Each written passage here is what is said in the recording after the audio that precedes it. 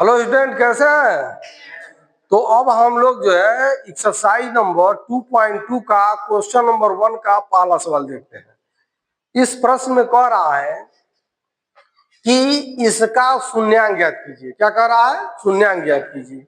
आप फिर कह रहा है शून्यांक ज्ञात कीजिए तथा इसके सत्यता की जांच कीजिए, अर्थात मूलों का योगफल और मूलों का गुणनफल क्या होगा और मूल क्या होंगे यह बताना है।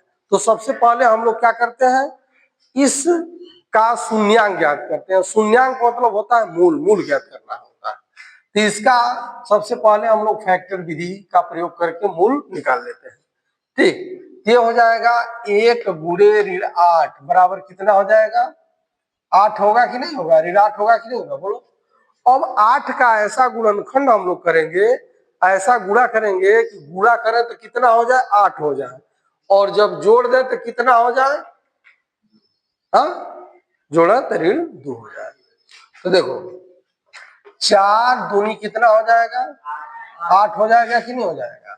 हाँ, तो अब हम लोग इसको ऋण कर लें तो यह क्या हो जाएगा? ऋण 8 होगा कि नहीं होगा? हो जाएगा। अगर जो हम लोग जोड़े तो ऋण 2 होगा कि नहीं होगा? देखो ये हो जाएगा ऋण 4x धन 2x बराबर कितना हो जाएगा? ऋण 2x होगा कि नहीं होगा? बोलो। अब जहां पर ऋण 2x है, देखो है कि नहीं है, वहां पर हम लोग इतना लिखेंगे। ये हो जाएगा x स्क्वायर ऋण 4x धन 2x ऋण 8 बराबर 0। कोई दिक्कत? ये जो है 2x की जगह पर हम लोग इतना लिखेंगे। ठीक हो गया? क्या हो गया? अब इसमें कॉमन ले लेंगे, इसमें कॉमन ले लेंगे x इसमें कॉमन ले लिए तो यहाँ पर बचा x, यहाँ पर x कॉमन हो गया तो बचा ऋण 4। फिर चेक कर लो क्या तुम कॉमन लिए हो सही है कि गलत है। इसका गुणा इसमें करोगे तो क्या हो जाएगा? x square. फिर इसका गुणा इसमें करोगे तो ऋण 4x। फिर इसमें क्या करना, हम लोग 2 कॉमन करना, 2 कॉमन कर लेंगे तो क्या बचेगा? x बच जाएगा। और यहाँ 4 है, 8 है ना, तो 2 से भाग दो, 2 चौको बराबर 0। गुणा करके चेक करो 2x होगा कि नहीं होगा? हाँ, 4 दूनी ऋण में होगा कि नहीं होगा? बराबर 0। अब देखो यह दोनों में है कि नहीं है, तो एक जगह कर लिया जाए x ऋण 4 एक कोष्टक में, एक कोष्टक हो जाएगा x धन 2 एक कोष्टक में बराबर 0। कॉमन कर लिए, दोनों में है तो कॉमन कर लिए, तो यह और यह बचा कि नहीं बचा? अब हो जाएगा x ऋण 4 बराबर 0, या x ऋण 4 बराबर 0, तो x बराबर कितना हो जाएगा? 4। ऋण में इधर गया तो धन में हो गया। फिर हो जाएगा x धन 2 बराबर 0, तो x बराबर कितना हो जाएगा? x बराबर कितना हो जाएगा? हाँ, देखो इधर धन इधर जाएगा, ऋण में तो 2 हो जाएगा नहीं? हाँ, हो गया। अब यह हम लोगों ने प्राप्त कर लिया है सर। यानी मान लीजिए हम लोगों ने अल्फा बराबर क्या प्राप्त किया है? 4, और बीटा बराबर क्या प्राप्त किया है? ऋण 2।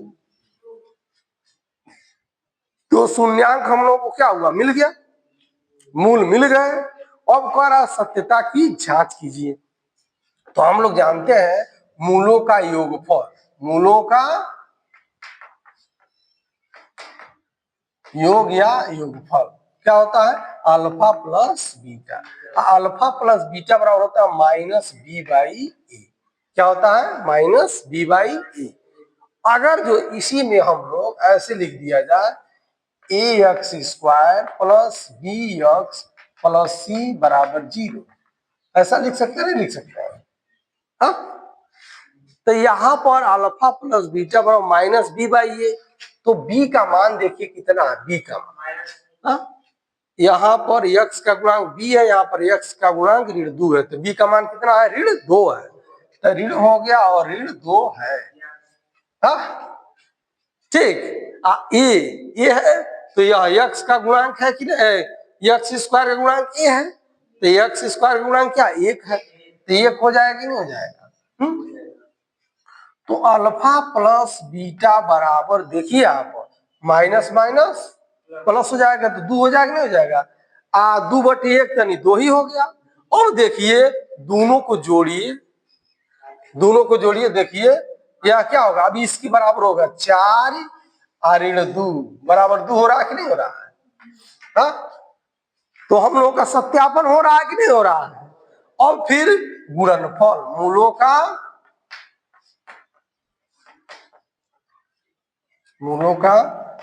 गुणनफल।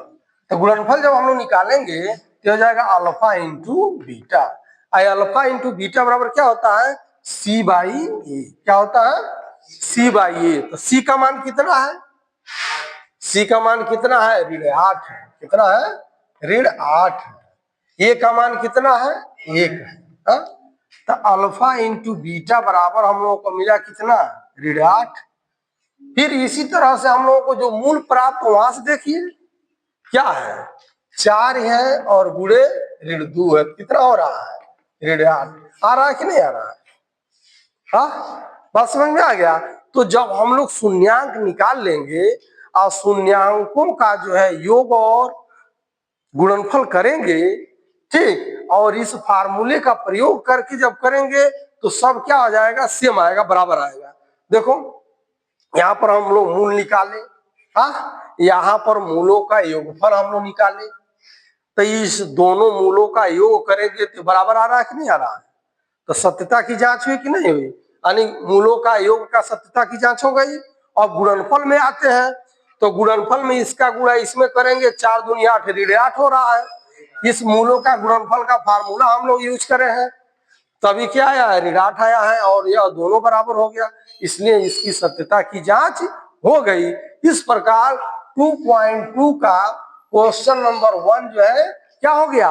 सॉल्व हो गया। इसी तरह से इसमें अन्य सवाल और भी हैं, उन प्रश्नों को भी आप लोग हल करेंगे और जो नहीं आएगा फिर अगले वीडियो में उसको बता दिया जाएगा। ठीक।